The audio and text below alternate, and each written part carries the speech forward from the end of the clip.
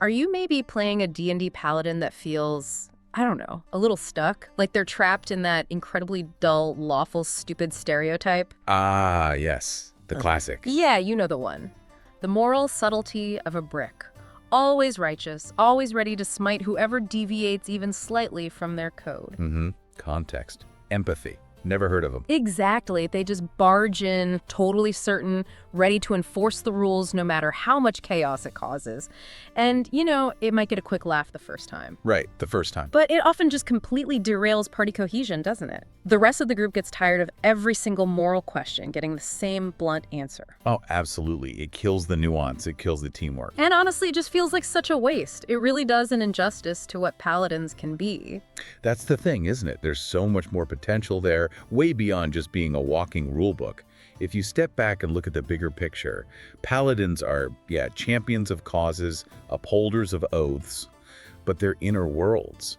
They can be incredibly complex, colorful even. That's what I find interesting. The best paladins I've seen, the most memorable ones, are those who genuinely grapple with tough questions. Like, what's the real difference between justice and just plain vengeance? They understand that true virtue, it often needs both conviction and compassion, finding that balance. Yeah. That's what real story is. So the big question is, how do we actually unlock that depth? Exactly. How do we let a paladin's faith, their flaws, their doubts, their background, how do we let all of that shine just as brightly as their holy sword? Well, that's pretty much exactly what we're going to try and unpack today. We found some fantastic inspiration over on LitRPG Reads, specifically an article by Emily Thorne called Top Heel Playing Lawful Stupid Paladins. Try these 5 creative D&D roleplay ideas instead. Great source. Yeah, really insightful stuff.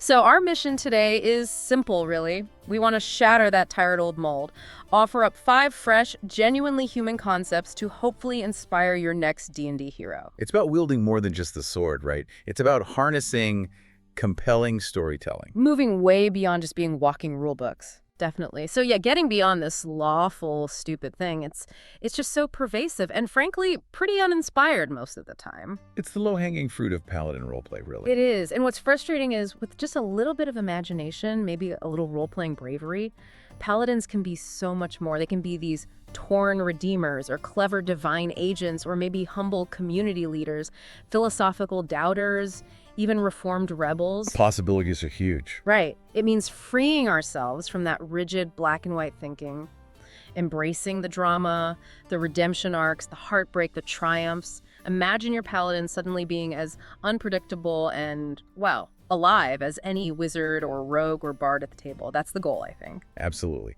And this shift, it moves us from thinking about a character as this static concept, fixed from level 1, to something that really invites profound personal evolution throughout the campaign.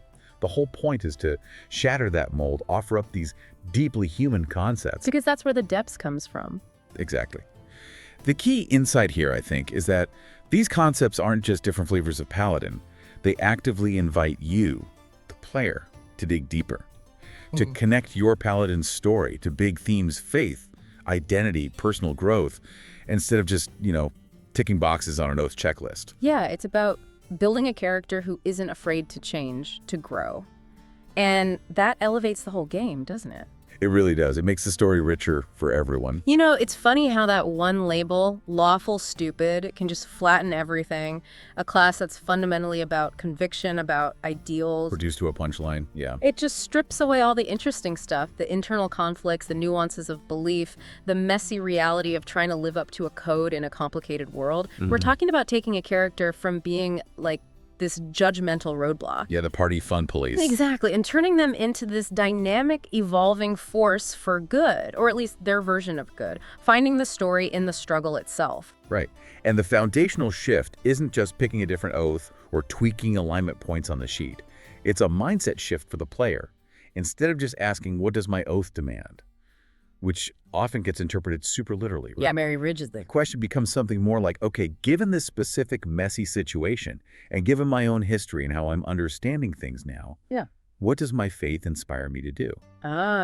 Shifting from external rules to an internal compass. Precisely. And that invites evolution because the character isn't just following rules anymore. They're interpreting them, applying them, sometimes really struggling with them. The real key to breaking that stereotype is understanding that a paladin's virtue isn't about blind obedience. It's about the active, often difficult process of seeking, questioning, and trying to live up to their ideals in a world that's rarely black and white. That process is the strength. Exactly, that's where the character lives. Okay, so let's dive into the first concept from the article. This one's called the Redeemer in Recovery. Picture this. A paladin whose armor isn't just dusty, it's actually tarnished, maybe dented, scarred, symbolically marked. Carrying the weight. Yeah, someone bearing the weight of a past failure, a vow they broke, maybe an innocent person who got hurt because of their judgment or their inaction. The core idea here is a paladin rebuilding their soul, basically, turning that past failure into this relentless drive for compassion, for atonement. Right, it's not about being perfect anymore. It's about the climb back up. Exactly. This isn't your rigid, holier-than-thou paladin, not at all. Every single thing they do is infused with this deep, almost aching need for forgiveness, this urgency to set things right. Their alignment isn't just dogma. It's being rebuilt piece by painful piece. Yeah. It's held together by that raw, agonizing process of reconstruction. They're journeying from disgrace towards dignity, and that path is paved with humility, with countless small acts of healing. And unlike the stereotypical paladin, they see the gray areas because they've lived in them. They've stumbled. Right. They strive to embody their ideals through selfless service, not just loud pronouncements. And what makes this archetype so compelling, I think, is that internal struggle. It's such fertile ground for role-playing. Guilt isn't just backstory flavoring. It's active. It gnaws at them. It might make their faith flicker sometimes, like a candle in the wind. But it doesn't go out. Never fully extinguishes, no. Because they aren't haunted by some abstract fear of divine punishment way down the line. They're haunted by disappointment in themselves and this really intense desire to do right by the people they failed. You can see how that would color every decision they make. Absolutely. When you connect it to the bigger picture, every choice is filtered through that tension. Past mistakes versus the hope for redemption. Their ideals aren't set in stone doctrines they recite. They're lived, actively lived through what they do. Like what kinds of actions? Comforting someone who's grieving, physically going out and feeding the hungry, shielding the vulnerable, the ones nobody else protects, actively seeking out mercy, where maybe, in their past, they only sought vengeance. Those moments push them so far beyond the stereotype. It gives everything real personal stake. Exactly. The real insight with the Redeemer is that the most powerful healing they offer isn't just fixing wounds with lay-on hands. It's about healing their own shattered ideals, turning that weight of failure into fuel for compassion now. That internal struggle sounds incredibly powerful. So for a player listening, how might this actually translate into game mechanics? Like in D&D 5e terms, what kind of build fits this? That's a great question. Mechanically, a Redeemer in Recovery could potentially start as an Oathbreaker Paladin, like from the DMG, but played against type. Not evil, but someone desperately trying to atone. Reflavoring the darker abilities. Exactly. Maybe those darker channel divinity features are reflavored as these uncontrolled bursts of desperate power or even a kind of self-inflicted penance. Or alternatively, maybe they were an oath of devotion or vengeance paladin, broke that oath, and now they're clawing their way towards the tenets of, say, an oath of redemption. Or even ancients seeking light and healing. So a journey reflected in their mechanics. Right. You might even see them multi-class into cleric, maybe just a level or two, for more healing or protective spells. Seeing their divine power purely as a tool for restoration, not retribution. What about stats? Maybe a higher wisdom score could reflect that newfound empathy, that insight into suffering they gained through their own fall. And spells like Lay on Hands wouldn't just be a quick HP top-up. They'd use it with real intention. Maybe a quiet prayer for their own absolution whispered under their breath. That really grounds the concept. So, practically speaking, for someone playing this at the table, what kind of behaviors or traits really bring this Redeemer to life? Well, you mentioned the tarnished armor. Maybe they carry a specific token. A small, seemingly insignificant thing from that failed mission or broken vow. Like what? Could be anything. A tarnished locket, maybe a chipped piece of a fallen comrade's shield, a faded ribbon from a village they couldn't protect. Not a trophy, but a constant, heavy reminder. How does that affect them? It makes them pause before rushing into the next fight. Maybe they clutch it for a second.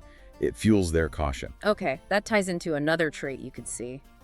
A real reluctance to use lethal force unless absolutely necessary.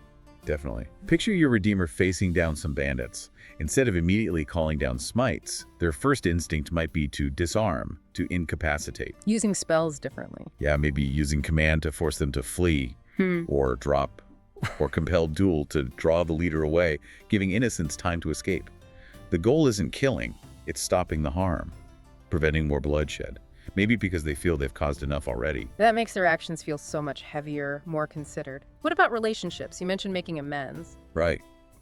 A really powerful trait could be forming unexpected bonds with former enemies. Reaching out, seeking mutual healing, trying to understand why someone fell to darkness. How would that even work at the table? Sounds challenging. Oh, it would be. Imagine capturing a cultist, not for execution, but offering them a path to rehabilitation. Spending downtime actually talking to them, trying to guide them. It creates fantastic role-playing challenges for the whole party. Do they trust the Paladin's mercy? Is it naive? It shows the Redeemer's commitment to change, even in others, because they seek it so desperately for themselves. What about their day-to-day interactions, their general vibe? You'd see them preaching forgiveness and mercy, but probably not from a pulpit. More like in quiet, earnest conversations. Even if people scoff or ignore them, they'd actively seek out people harmed by their past mistakes to make amends face-to-face, however painful that might be. Taking risks for atonement. Absolutely. Taking on dangerous quests, not for glory, but as self-imposed penance. Always putting themselves in the thick of it. And they'd have a natural affinity for protecting outcasts, the shuns, the undesirables, maybe seeing a reflection of their own fallen state in them. What about rewards? Gold, magic items. Likely donating most, if not all of it, to the needy. Material wealth means little compared to spiritual repair. They'd probably pray quietly, often for those they've hurt, friends and foes alike. A constant private act of contrition. And leadership. Avoiding positions of command, feeling they haven't earned that trust back yet. Preferring to serve humbly from the front lines of the shadows. You might also see them visibly shaken by reminders of their past failures. It's not history, it's a living wound. Exactly. And maybe the most powerful moments come when they choose to spare or heal a villain instead of striking them down, believing in transformation over extermination, or even offering themselves up for punishment in place of someone else. True selfless redemption. Wow. That approach really welcomes players into the messy, sometimes painful heart of virtue, doesn't it? It transforms paladinhood from this rigid authority figure into a quest for personal growth. Every victory feels earned. Every failure is a new crucible. The stakes become intensely personal. Their soul is on the line. Right. Measured not by just following the rules, but by a living commitment to compassion, to healing. It's a journey that resonates with anyone who's ever messed up, doubted themselves, but kept fighting for something better. Their legacy isn't perfection, it's progress. Precisely. It's the ongoing struggle towards virtue, showing strength comes from acknowledging weakness and striving to overcome it. Okay, from that deeply introspective paladin, let's pivot. A completely different feel for this next one. Right, This yeah. is archetype number 2. The divine agent on a mission. Think less courtroom judge, more holy secret agent. Their commitment is real, their piety is real, but it's laced with this calculated precision. Piety meets pragmatism. Exactly. It's less about reciting creeds loudly in the town square and more about interpreting cryptic visions, carrying out clandestine tasks. And sometimes, wading into those murky shades of moral gray for what they truly believe is the greater good. The mission comes first. Right. The core idea is a paladin whose holy mission demands a willingness to bend rules and use subtle means, prioritizing divine directives above conventional morality. They might operate with stealth, with subtlety, sometimes even well-intentioned deception, instead of always being the shining knight in the open. Their faith is real, but they interpret their deity's will through the lens of necessity. Pragmatic problem-solving for a divine cause. It's not blind faith. It's executing a plan that often requires uncomfortable, even secretive choices. And what's really captivating here is that inherent tension, isn't it? The ends versus the means. The divine agent forces you to ask those uncomfortable questions. What if lying is necessary? What if spying or even breaking a specific mortal law is the only way to achieve a crucial, holy objective? Clean hands can't always get the job done against certain kinds of evil. Exactly. And this paladin doesn't shy away from that. They own it. They wrestle with how best to serve a cause that might transcend everyday laws and customs. And complicating things further, their divine instructions might not be clear commands. They could be veiled riddles, fleeting dreams, faint whispers. Leaving room for interpretation and mistakes. And debate. both internal debate and potentially conflict within the party, because their deep investment in the mission might lead them to pull strings behind the scenes, maybe negotiate with shady characters. Sparking those trust-testing moments. Absolutely. Their loyalty might be to the mission first, above even their companions' immediate understanding or approval. They might make choices that seem questionable, but in their mind it serves a higher, more complex purpose. The core insight seems to be that true devotion might actually mean operating in the shadows. Faith becomes this cosmic game of espionage. Precisely, where the ends might justify some very unconventional means. Okay, that's a really fascinating twist, but I can hear someone thinking, okay, but won't my party just hate me if I start lying to them for the greater good? How do you manage that without completely fracturing the group? That's a totally valid concern, and it requires careful handling.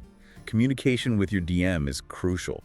They need to provide scenarios where maybe these methods are justified, where the stakes are incredibly high. So the narrative supports the difficult choices. Right, and with the party. Well, that tension can actually be part of the fun if handled well. Maybe the character doesn't reveal their methods until after the mission succeeds, forcing the party to confront the outcome versus the process. Okay, so it's about navigating that drama carefully. How about mechanics? How would this look on a character sheet? Well, an Oath of Vengeance Paladin fits quite naturally, but maybe their target isn't just one person, but a shadowy organization or a creeping corruption. The pragmatic methods become necessary tools against a pervasive evil. Or, controversially perhaps, they might even dip into rogue for a level or two. Ooh, interesting. Yeah, gaining skills like stealth, deception, investigation. Reflavoring it not as being sneaky for personal gain, but as receiving divine gifts necessary for their clandestine work. Using spells differently, too. Sure. Detect evil and good isn't just for finding monsters. It's for rooting out hidden agents of rival powers. Zone of Truth might be used subtly in an interrogation, not just in open court.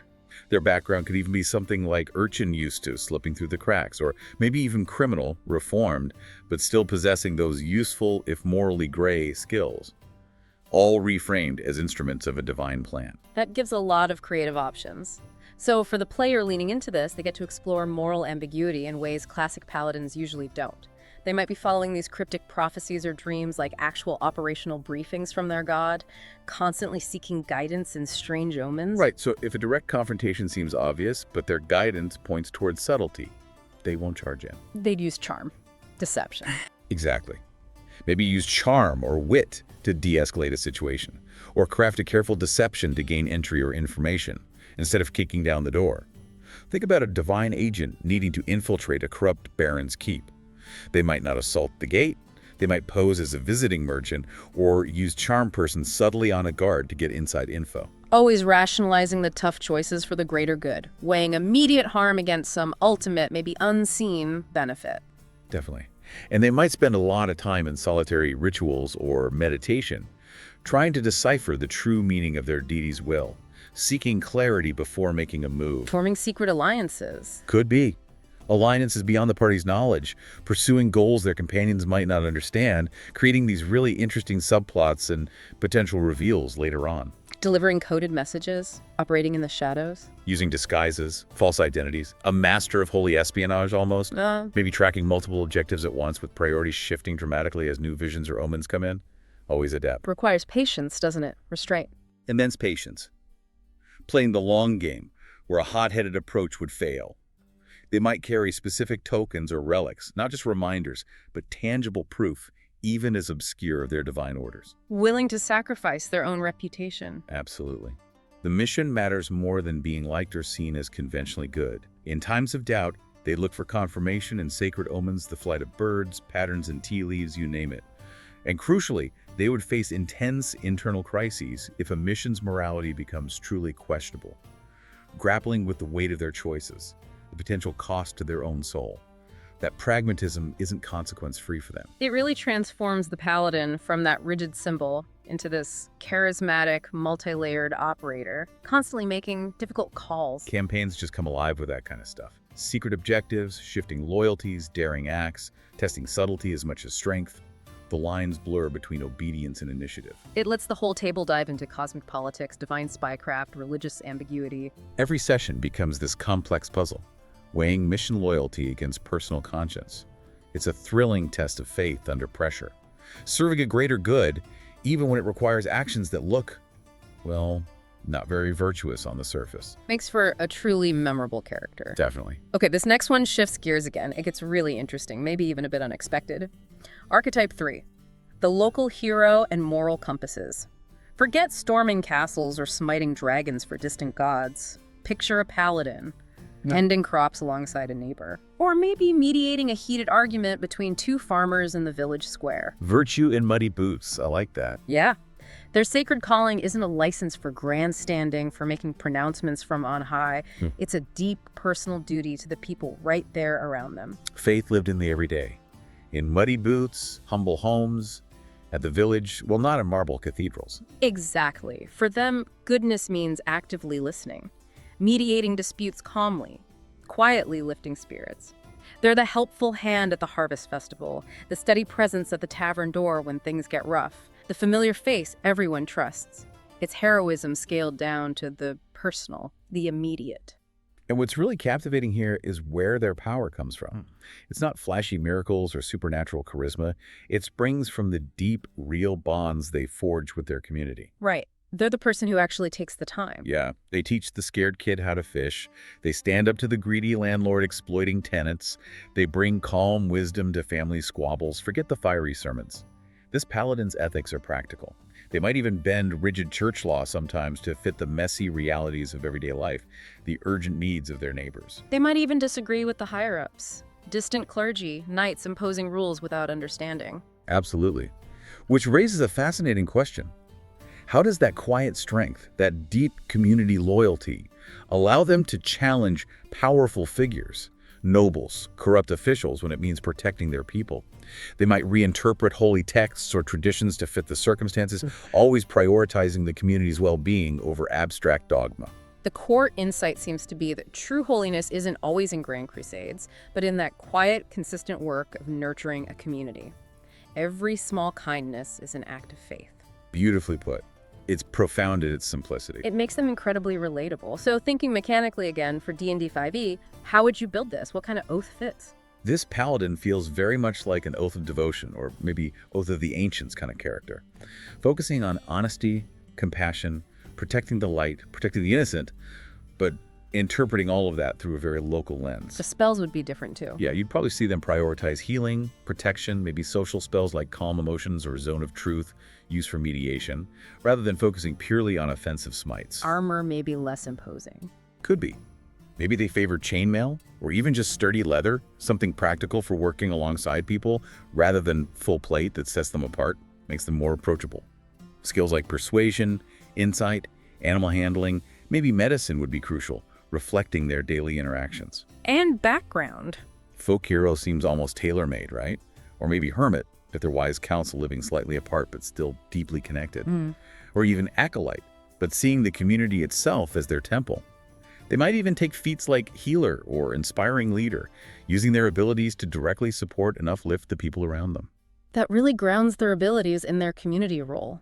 So for the player embracing this, the campaign becomes about relationships, about community building. You might see your local hero paladin settling tavern brawls, not with force, but with patience and empathy. Trying to understand the why behind the fight, not just punishing the fighters. Gently separating two drunks, listening to their feud about a fence line that goes back generations, and suggesting some practical compromise that somehow leaves both feeling heard. Maybe ending with a round of drinks on the paladin. And beyond just conflict resolution, they're part of the community's fabric, right? Deeply embedded, enthusiastically joining in local festivals, seasonal rites, seeing those things as vital for morale, for celebrating life together. And if they give sermons, not grand theology, but practical wisdom, relatable stories, gentle guidance, always tied back to the challenges and joys of everyday life. I can picture them easily, siding with the common folk over aristocrats when justice demands it, even if it causes trouble with the powerful. How might that play out? Well, if a local lord imposes unfair taxes, this paladin isn't just grumbling. They're maybe documenting the impact on families, gathering stories, maybe even trying to negotiate directly on the villagers' behalf, quietly, persistently. Remembering names, family histories. Demonstrating genuine personal care. Rolling up their sleeves to help rebuild after a flood or fire, hammer in hand alongside everyone else. Not supervising, doing. Teaching kids lessons about courage, kindness, fairness. shaping the future through example.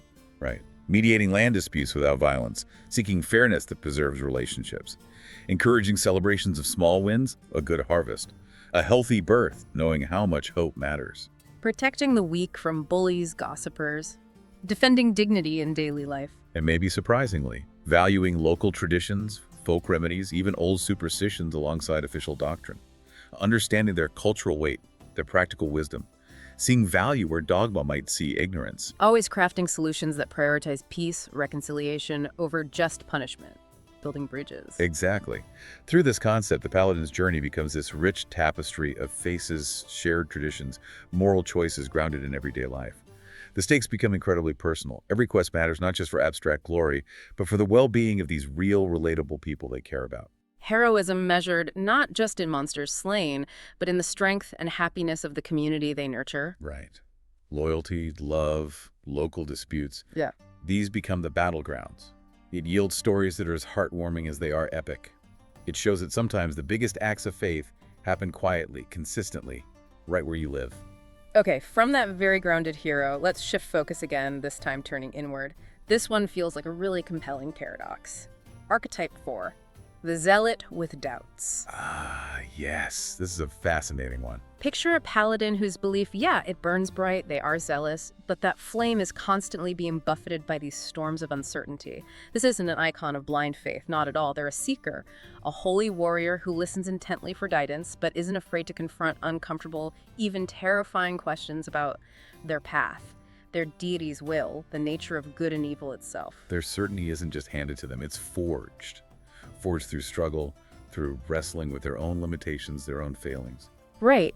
Instead of cracking down on heretics with unthinking zeal, this paladin looks inward, constantly measuring their own faith against the sheer complexity of the world and often feeling like they fall short. The driving question for them is, what happens when a paladin's deep conviction is constantly challenged by paradox, by moral ambiguity, by the silence of the divine, or the sheer messy reality of the world? It's a constant balancing act. And what's really fascinating here is how things that might bring certainty to other paladins, divine visions, signs, omens, become sources of both inspiration and anxiety for this one. Yeah. What did that cryptic dream really mean? Exactly. Or did that battle end the way the gods truly intended? Or did we miss something? Was there collateral damage I didn't foresee? The Zealot with Doubts is always interpreting, always reaching for a deeper understanding, sometimes even doubting if their path, their whole mission is truly righteous. That internal conflict must be intense. Oh, absolutely. And it doesn't just stay internal. It spills out. It catalyzes these raw philosophical conversations within the party, forces everyone to confront uncomfortable truths, and it makes them a fantastic foil for those really dogmatic NPCs, the ones who never question anything, creates brilliant role-playing opportunities. So it raises the question, how does this paladin manage to embrace contradiction, sometimes questioning their own order's tenets? Resisting easy answers when everyone just wants them to act, how does that humanize the holy? That's the core of it. The profound insight here is that the strongest faith might not be the one without doubt, but the one that has the courage to confront it, allowing conviction to be forged and refined in that crucible of questioning. That sounds like a really powerful internal journey. How would this look on a D&D character sheet? Any specific mechanical approaches? Well, you could easily play an Oath of Devotion paladin who genuinely struggles with the absolutes in their tenets. Or maybe an Oath of Vengeance paladin who, after a particularly brutal fight, starts questioning the morality of their quest for vengeance. Is this justice or just more violence? Spell choices might reflect that uncertainty. Definitely. Maybe leaning more towards divination spells, detect evil and good to confirm suspicions, augury to seek guidance or protective spells like Shield of Faith, used almost defensively while they figure things out. Less focus on the purely offensive. Characteristically, they might even have a slightly lower charisma score than a typical beaming paladin, that inner turmoil making them less outwardly certain, maybe a bit more reserved, but perhaps a higher wisdom, emphasizing their introspection, their search for insight. Backgrounds like sage or hermit would fit well too. Absolutely, reflecting that dedication to seeking knowledge, quiet contemplation, and maybe their divine smites. They might use them with a heavy heart.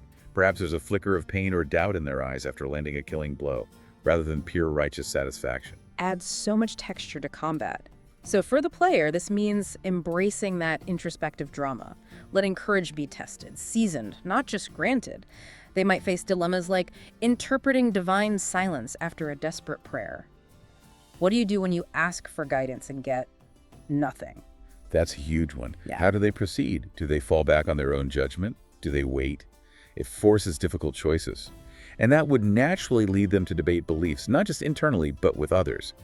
Other clerics, paladins, even the party wizard or rogue, seeking understanding, different perspectives, rather than just imposing their view. Choosing mercy over vengeance in ambiguous situations seems key too. Always erring on the side of compassion when things aren't clear-cut, even if it's a harder path, or makes them look weak. Maybe making peace with an old enemy, not because it's easy, but because it serves a greater, if complicated, good. They'd wrestle deeply with guilt over unavoidable collateral damage. Yeah. Understanding the human cost of their actions, the party's actions. It's not just about winning, it's about the consequences. That moral weight makes them so compelling. How would they handle encountering new cultures, different belief systems? With care, with humility. Seeking to understand before judging. They might even start questioning if their own order, their own church, still truly serves its original mission. Maybe it's strayed, become too rigid. Finding inspiration outside their own faith. Oh, definitely. Recognizing goodness, virtue, truth, wherever it appears, regardless of the theological label. Grappling with conflicting interpretations of their own holy text, acknowledging nuance, ambiguity, the limits of their own understanding. Refusing to pass judgment too quickly. Steadfastly. Learning all sides of a story first. Defending non-believers, even heretics if their rights are threatened. Upholding universal dignity. And maybe, most profoundly, discovering beauty and wisdom in imperfection, in change, finding strength in humility, not just certainty. The style of Paladin really lets you explore the deep psychology of faith, doesn't it? It offers a campaign arc full of reflection, philosophical growth. You can explore doubt without losing conviction. Those moments of triumph feel earned through that struggle, through that self-discovery. With the zealot with doubts, alignment becomes more like a horizon you're chasing, not a cage you're stuck in. Exactly. Their story resonates with anyone who's ever questioned, stumbled, and come out stronger, more insightful. Their faith, because it's tested, because it grapples with complexity, feels incredibly real and compelling. Okay, archetype number 5. This one feels dramatic right from the title. The Oathbreaker Who Still Believes. Yeah, this one packs a punch. So the premise is stark. A paladin whose connection to their order, maybe even their deity, has been severed. They broke an oath, maybe accidentally, maybe deliberately for what they saw as a higher cause, but they haven't fallen into darkness. They cling fiercely, stubbornly to goodness. The core idea. A paladin stripped of their order's blessing who must forge a new, intensely personal path to righteousness through sheer force of conviction. Right. This isn't the villainous Oathbreaker. This isn't a nihilist. This is someone who has to forge a new purpose, define their own moral compass, find meaning through willpower and conscience alone. They've lost the external validation, the official sanction.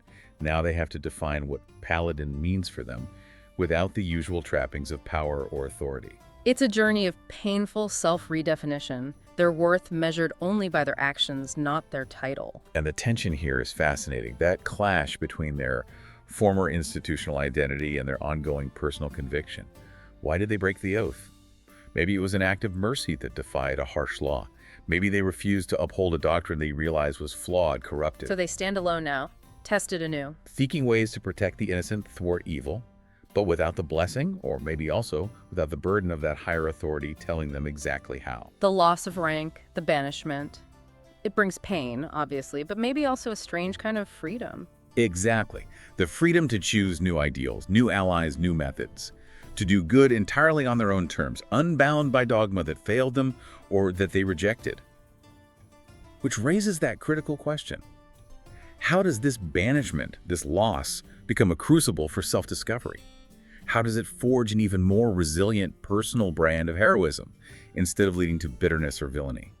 The insight seems to be that true conviction isn't just granted by an institution, it's forged in isolation. Banishment becomes an act of self-definition, maybe even defiance against a flawed system. Turning a loss into a foundation for a new kind of strength. Okay, this is powerful stuff.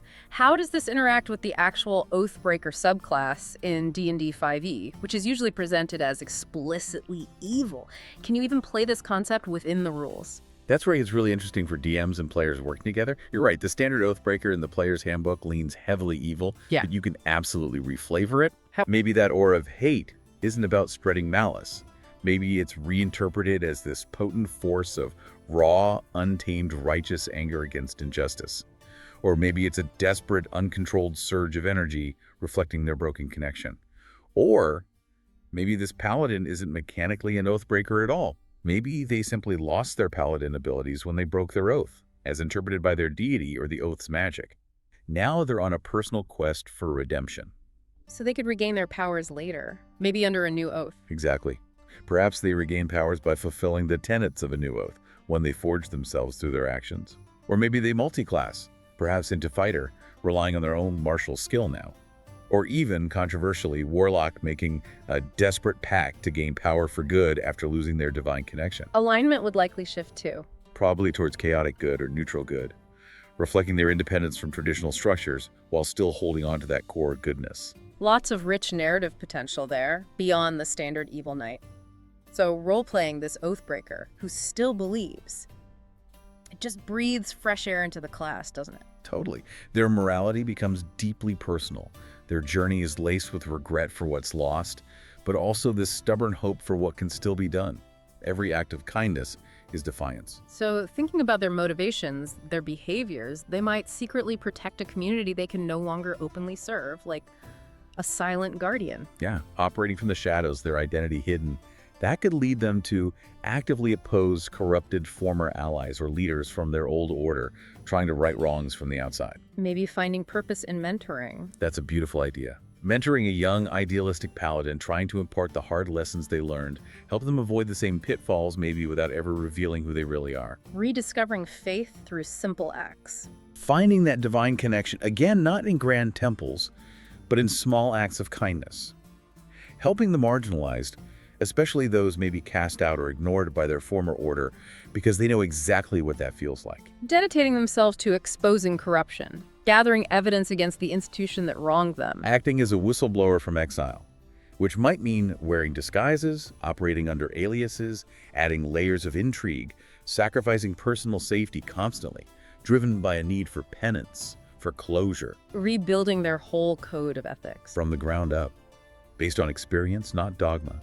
Forging a living philosophy, seeking forgiveness perhaps from loved ones hurt by their past zealotry, making those difficult personal amends, Developing new rituals, new ways to connect spiritually. finding their own path, and maybe becoming this voice of reason among other outcasts, rebels, bringing a moral compass to those on the fringes. Playing this kind of paladin, it feels like it could lead to some incredibly intense, emotional, memorable campaign moments. Absolutely. Identity, loyalty, redemption.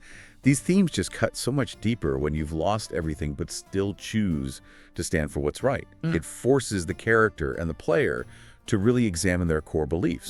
With the Oathbreaker Who Still Believes, paladinhood becomes this dynamic story of agency, resilience, personal truth. It dares you to ask, Yeah. what will you fight for when everything else is stripped away? And it makes the whole table think about devotion without dogma.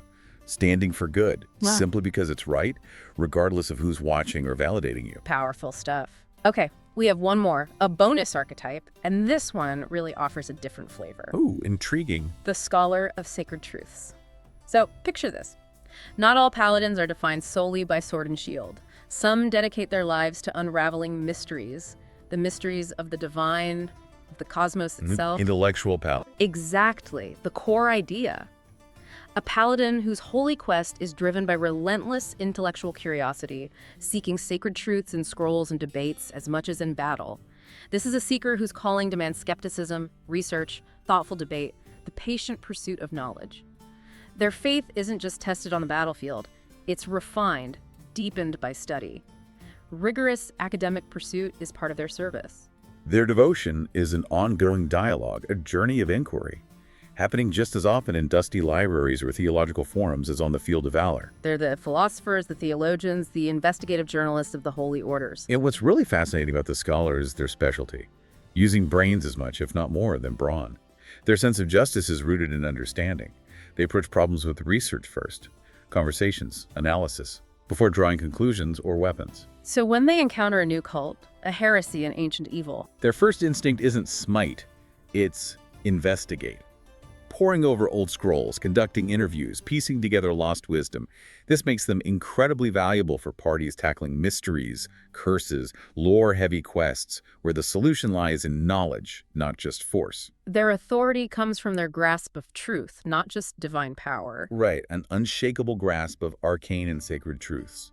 Which raises an interesting question. How does their openness, their willingness to learn, allow them to bridge gaps between different faiths or cultures?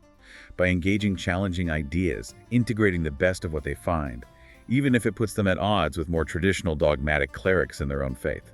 The insight being that knowledge itself is sacred, the pursuit of understanding is an act of devotion, they're a beacon of intellectual light. Exactly, a different kind of holy warrior. Okay, that's a really unique and compelling take. How does this translate mechanically? It feels quite different from the standard paladin image. How would you build a scholar paladin in 5e? It definitely requires a slightly different approach. You could see them as an oath of devotion paladin, but their devotion is primarily to truth and understanding. Or maybe Oath of the Ancients, seeking the ancient wisdom hidden in the world. Spells would lean heavily towards utility. Absolutely. Prioritizing divination detection, support spells over raw damage. Think detect magic, identify, locate object, maybe zone of truth for uncovering facts. Stat-wise, they definitely want good intelligence and wisdom, alongside charisma, reflecting that intellectual prowess and the ability to persuade through reasoned argument, not just force of personality. Skills are obvious here, I guess. History, religion, arcana. Investigation? Insight, definitely their bread and butter. They might even consider a small dip into wizard, maybe school of divination, or knowledge domain cleric, to really double down on those knowledge skills and spells. Backgrounds like sage or acolyte fit perfectly. Right? Maybe cloistered scholar. Yeah, those are ideal, providing relevant skills and strong narrative links to academia or temples known for their libraries. Feats like keen-mind, linguist, observant would be naturals too. Even their smites could be reflavored. Totally. Maybe a divine smite isn't just radiant energy. Maybe it visually manifests as burning away lies, searing bursts of pure logic or righteous truth, dispelling ignorance as much as striking down evil. That's cool. So for the scholar, roleplay revolves around curiosity, humility, the thrill of discovery. You can see them meticulously keeping journals, documenting everything, adventures, holy sites, philosophical debates they have with party members or NPCs. Right. At the end of a dungeon crawl, while the fighter is counting gold, the scholar is sketching runes, copying inscriptions, maybe trying to use Speak with Dead to interview the long-departed inhabitants about the place's history. And their humility extends to respecting other traditions. Definitely. Practicing ancient rituals from different cultures respectfully, not to convert, but purely to understand their meaning, their origins. Engaging in open debate about faith and ethics with any one party members, captured enemies inviting discussion, not just preaching. Their quests might be for knowledge itself. Seeking rare scrolls, lost artifacts, ancient lore as fervently as others seek powerful magic weapons. Translating texts from dead languages to unlock forgotten secrets, believing ultimate truth might be hidden in the past. Questioning their own traditions, too. Constantly investigating the origins of paladin oaths themselves. Why these vows? Are they still relevant? Do they need updating based on new understanding, pursuing peaceful dialogue with heretics, trying to find common ground in the shared pursuit of truth, even if their paths differ wildly? Collaborating with wizards, bards, other lore masters, forming intellectual alliances. Sharing their knowledge. Giving lectures, perhaps, or just quiet counsel. Sharing insights through stories, lessons. Politely but firmly challenging authority when tradition clashes with demonstrable truth. Correcting misconceptions within their own church with reasoned arguments. Defending libraries, temples, sages would be a sacred duty for them. Preserving wisdom is paramount. And practicing humility. Admitting when a question has no clear answer. Embracing awe and wonder instead of demanding rigid certainty. Maybe even refusing to destroy an evil artifact immediately. Arguing for study first. Understand the danger before acting. Exactly. Believing knowledge can help contain or counter it. Seeking wisdom from elders of all faiths. Respecting any true seeker. Taking time for scholarly debate, even amidst chaos, valuing careful thought. Mending old manuscripts, composing their own evolving creed based on discoveries. Noting the philosophical implications of the party's adventures. Counseling others using parables. Being cautiously optimistic about divine revelations, always balancing faith with reason. Befriending outsider scholars, challenging dogma respectfully, maybe even scribing illuminated manuscripts to share beauty and wisdom. Obsessing over an unanswered question, letting it drive their journey. Championing education. Wow. The scholar archetype really turns the campaign into this ongoing discovery, way beyond just combat. Right. By rooting their story in that search for meaning, that willingness to question, adapt, grow, they embody a heroism that's as much intellectual as it is heart-driven. They fit beautifully into campaigns heavy on mystery, lore, conflicting ideologies. And they encourage collaboration, bridge divides, open up storylines using the campaign's deep lore. When the party's stuck, the scholar doesn't just quote rules. They examine, discuss, help everyone find the most thoughtful way forward, empowering the whole group through shared wisdom, making the journey itself a process of learning. So wrapping this all up, what does it really mean for you, for your next game? That lawful, stupid stereotype, it's just a storytelling dead end, isn't it? It really is. An easy joke that just undercuts all the amazing potential built into the Paladin class. When they're played as these unyielding, thoughtless enforcers, they just flatten the emotional texture of the game. Even cool divine powers can't save a character who constantly derails things or ignores basic context. It's a disservice to the class lore, and frankly, to the fun of playing together. But when you break free from that mold, when you dare to give your paladin real humanity, they transform. Exploring flaws, grappling with doubts, navigating complex relationships, embracing change that unlocks stories that resonate on every level, from the epic battlefield down to quiet moments in a village square. These paladins don't just issue pronouncements. They wrestle, openly, with what it means to be good, just true, in a world that's rarely simple. Faith becomes a journey, not a static badge. Absolutely. And connecting this to the bigger picture, dungeon masters play such a vital role here, don't they? Oh, hugely vital. Supporting these nuanced characters, challenging your paladins with dilemmas that test more than just doctrine. Give them moral ambiguity, conflicting duties. Give them the chance to redeem, not just punish. So the important question for DMs is, how can you build worlds where that complexity is actually rewarded, not penalized? Where faith is shown as this living, evolving force? That's the key. That transforms sessions from just kicking oath boxes into these epic personal journeys of the soul. Paladins played with depth, with vulnerability. They're more than icons. They're mirrors for our own ideals, struggles, hopes. They can falter, fail, forgive, be forgiven, aspire to impossible heights, but still touch the everyday lives around them. That's what makes them unforgettable. So as we wrap up this deep dive, just remember, your paladin story can be one of genuine inspiration, heartbreak, hard-won triumph, if you let yourself explore beyond just thou shalt not. A huge shout out again to LitRPG Reads, and especially Emily Thorne's article that sparked this whole discussion. Her blog is fantastic. Definitely a go-to if you're looking for deep dives into mechanics and compelling narrative ideas. Agreed. Great stuff over there. And hey, for those of you looking to streamline your GM prep, make your life a bit easier, remember to check out the AI tabletop RPG generators and the massive content library over at LitRPG Adventures Workshop. Some really innovative tools there. Yeah, and you can find more from Paul Bello, truly a fine fellow there too. He's doing some really great things for the tabletop RPG community. Definitely worth checking out. We'd love to hear from you now. Kick back, relax, share your own creative paladin ideas, memorable stories you've been part of. Drop them in the comments section. What kind of paladin have you played, or are you hoping to play that really breaks that old mold? Yeah, let us know. Until next time, keep exploring those rich narratives. And may your dice roll well.